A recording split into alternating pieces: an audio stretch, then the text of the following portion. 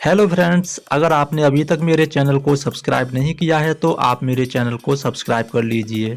मैं हमेशा ऐसे टॉपिक्स पर वीडियो बनाता हूं जो एग्ज़ाम के लिए मोस्ट इम्पोर्टेंट होते हैं, लेकिन उन टॉपिक्स पर बहुत कम लोग चर्चा करते हैं। तो नमस्कार दोस्तों, मैं हूं पीके सागर और आप देख रहे हैं मेरे चैनल आरआर अकेडमी फिरोजाबाद में। तो आज के वीडियो में भी हम ऐसे ही डिस्कस करने वाले हैं आईमेक पेंटामीटर पर। जी हाँ फ्रेंड्स, आज का जो टॉपिक है वो है हमारा आईमेक पेंटामीटर, जिसे लोग थोड़ा डिफ़िकल्ट होने की वजह से छोड़ देते हैं, जबकि ये किसी भी ऐसे एग्ज़ाम के लिए मोस्ट इम्पोर्टेंट टॉपिक है जिसमें इंग्लिश लिटरेचर शामिल होता है। जी हाँ फ्रेंड्स, ऐसा कोई भी एग्ज़ाम हो जिसमें इंग्लिश लिटरेचर के क्वेश्चन पूछे जाते हैं, उसके लिए ये सबसे ज़्यादा इम्पोर्टेंट टॉपिक है, लेकिन इसे मोस्टली लोग डिस्कस नहीं कराते हैं क्योंकि ये थोड़ा सा समझाने में डिफ़िकल्ट होता है। लेकिन मैं आपको पूरे तरीके से इसे समझा के मानूंगा। तो फ्रेंड्स चलिए बात करते हैं आईमेक पेंटामीटर क्या होता है।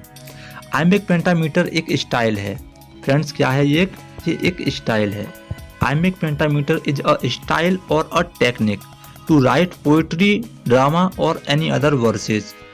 समझ में आया? कहने का मतलब ये है कि किसी भी पोइट्री को लिखने के लिए, किसी भी प्रोज को लिखने के लिए जो स्टाइल यूज करते हैं, ये वो एक स्टाइल है।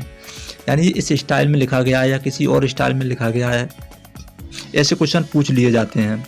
तो देखिए, इसमें बात करते हैं हम कि पहले तो मैं ये बताना चाहूँगा कि अगर आपने विलियम शेक्सपियर की पोइट्री पढ़ी है, कहने का मतलब विलियम शेक्सपियर की पोएम्स को पढ़ा है, तो आपको इस चीज़ का पता होना चाहिए कि उनकी जितनी भी पोइट्री हैं वो सभी आईमेक पेंटामीटर में ही लिखी गई हैं। ये क्वेश्चन आपसे पूछा जा सकता है कि शेक्सपियर की पोइट्री को कौन से मीटर में लिखा गया है। तो शेक्सपियर की पोइट्री को लिखा गया है आईमेक पेंटामीटर में। हीरोइक कॉपलेट भी जितने भी लिखे जाते हैं वो सभी आईमेक पेंटामीटर में लिखे जाते हैं। जॉन मिल्टन ने भी मोस्टली जितनी भी अपनी पोइट्री लिखी है वो आईमेक पेंटामीटर में ही लिखी है। तो मोस्टली जो पोइट हैं वो आईमेक पेंटामीटर का सहारा लेते हैं। तो कहने का मतलब हमारा ये हुआ कि there is no chance to read English literature without no pentameter. Pentameter को जाने बगैर तो हमें इंग्लिश लिटरेचर को पढ़ना ही नहीं चाहिए। तो इसमें हम इसी टॉपिक पे आज बहुत अच्छे तरीके से बात करने वाले हैं। तो मैं इसमें शुरू कराता हूं आपको, और आप बड़े धैर्य के साथ में देखते रहें, क्योंकि जब तक आप धैर्य नहीं रखेंगे तो आपको समझ में नहीं आएगा। वीडियो ज़्यादा बड़ी नहीं होगी, सिर्फ 5 मिनट और लगेंगे इसको समझाने में। उसके बाद में आपको आईमेक पेंटामीटर पूरे तरीके से क्लियर हो जाएगा। उसके बाद में आप भविष्य में कभी भी इसमें कन्फ्यूज नहीं होंगे। लेकिन इसके बीच में मैं आपसे कहना चाहूँगा कि आप मेरे चैनल को सब्सक्राइब कर लीजिए, बेल आइकन को दबा दीजिए, जिससे कि मैं अब आगे जो वीडियो बनाऊँ उसके नोटिफिकेशन आप तक पहुँच सकें। और हमारी वीडियो आपको चाहे अच्छी लगी हो या बेकार लगी हो, कोई ना कोई प्रतिक्रिया अवश्य करें। चाहे तो इसको डिसलाइक करें या इसको लाइक करें, और कमेंट में हमें ये ज़रूर बताएं कि इसमें क्या कमी रह गई, क्या हमने नहीं समझाया था। तो फ्रेंड्स, इतना काम आपको ज़रूर करना है, क्योंकि इतना काम करने से मुझे थोड़ा सा इनकरेज होता हूँ मैं कि आखिर मेरी वीडियो को देखने के बाद में आप लोगों को कैसा लगा। सपोज दैट कि आप नौकरी की तैयारी कर रहे हैं और आपको उसका कोई भी रिएक्शन नहीं मिलता है, तो आपको कैसा लगता है। ठीक इसी तरीके से मैं आपके लिए थोड़ा सा हार्ड वर्क कर रहा हूं और मुझे उसका कोई भी रिएक्शन नहीं मिलता है, तो मुझे भी अच्छा नहीं लगता। तो फ्रेंड्स, अगर आप चाहते हैं कि कोई भी व्यक्ति ऐसा जो आपको प्रमोट करने के लिए वीडियो बना रहा है, तो आप उसके वीडियो पे प्रतिक्रिया अवश्य दें, चाहे अच्छी दें या बुरी दें। तो चलिए मैं शुरू करता हूँ अपने आईमेक पेंटामीटर के बारे में। देखिए, आईमेक पेंटामीटर क्या होता है, बात करते हैं आईमेक पेंटामीटर क्या होता है। There is 5 feets in iambic pentameter. इसमें 5 फीट होते हैं। गौर से देखना इस चीज़ को, क्या होते हैं, 5 फीट होते हैं इन 1 लाइन।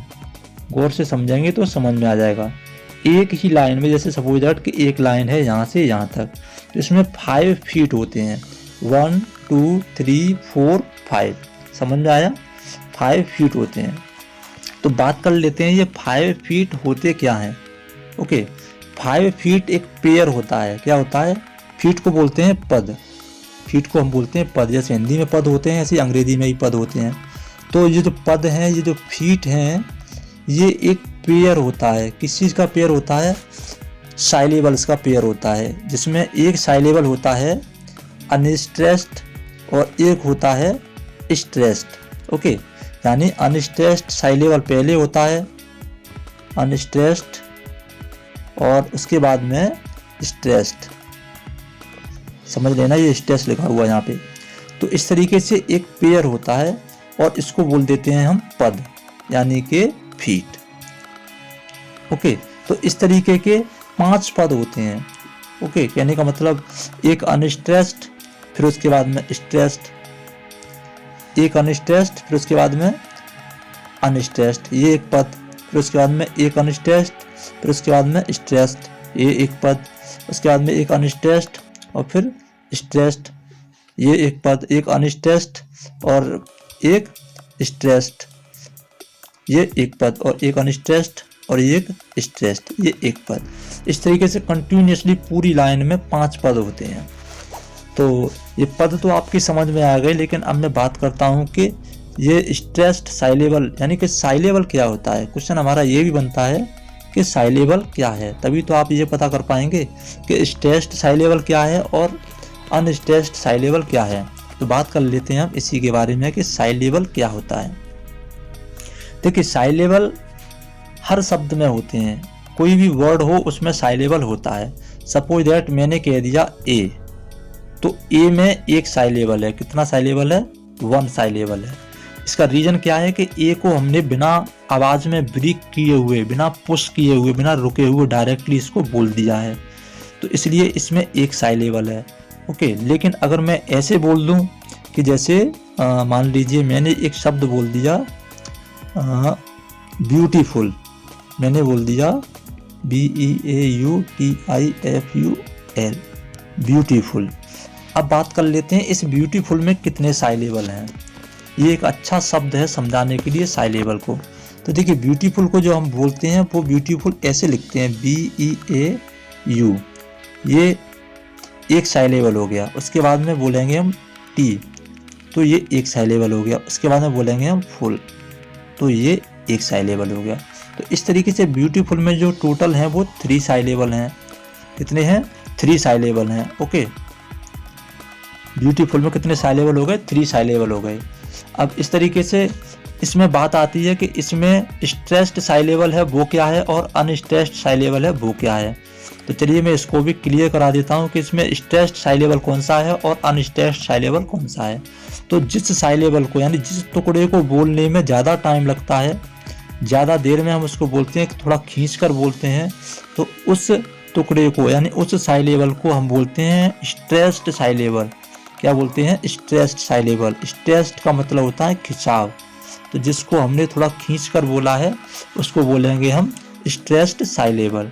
ओके, और जिसको बोलने में हमें ज़्यादा वक्त नहीं लगता है जैसे कि टी, फुल, तो इनको बोलेंगे हम अनस्ट्रेस्ड साइलेबल। तो फ्रेंड्स, आई थिंक कि आपको ये समझ में आ गया होगा। ओके, इसके बाद में मैं एक शब्द और ले लेता हूँ जिसके बाद में आपको पूरे तरीके से समझ में आ जाएगा। जैसे मान लीजिए मैंने एक शब्द इसी में से ले लेता हूँ मैं पोएट्री, मैंने ले लिया पोएट्री, पोएट्री।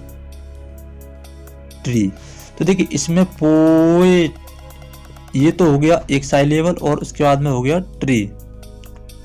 तो ट्री को तो हमने तुरंत बोल दिया ट्री, लेकिन पोए को बोलने में थोड़ा सा टाइम लगा, तो ये कैसा हो गया? ये स्ट्रेस्ड साइलेबल हो गया और ये हो गया अनस्ट्रेस्ड।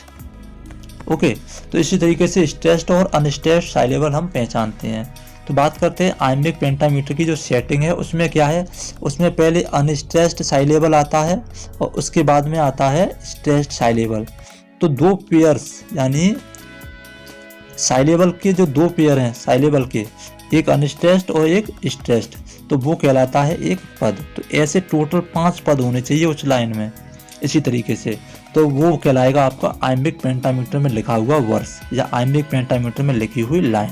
तो चलिए इस चीज़ को मैं थोड़ा सा डिफाइन करता हूँ शेक्सपियर की एक लाइन से जो मैंने आपके लिए उठाई है। ओके, देखिए ये शेक्सपियर की पोइम से ही लिए, क्योंकि शेक्सपियर को ही हम समझा रहे हैं, इसलिए मैंने शेक्सपियर को यहाँ पे पुटअप किया है। तो शेक्सपियर की एक मैंने लाइन ले ली है, shall I compare thee to a summer's day. ये एक लाइन है जो कि आइम्बिक पेंटामीटर में लिखी गई है। अब मैं इस चीज़ को प्रूव कर रहा हूँ कि ये क्या है, आइम्बिक पेंटामीटर में लिखी गई है। तो कैसे प्रूव करूँगा? देखिए मैंने अभी बताया था कि एक पेयर होता है स्ट्रेस्ड साइलेबल का और अनस्ट्रेस्ड साइलेबल का, जिसमें अनस्ट्रेस्ड साइलेबल पहले आता है और स्ट्रेस्ड साइलेबल बाद में आता है। तो देखिए पहले है इसमें सेल और उसके बाद में है आई। क्या है? आई। तो शेल क्या है? शेल। शेल को हम ज़्यादा देर में नहीं बोलते, शेल को तुरंत बोल देते हैं शेल। लेकिन आई को बोलने में क्या है, हमको टाइम लगता है, आई। ओके, तो इस तरीके से जो शेल है, शेल हमारा कैसा हो गया,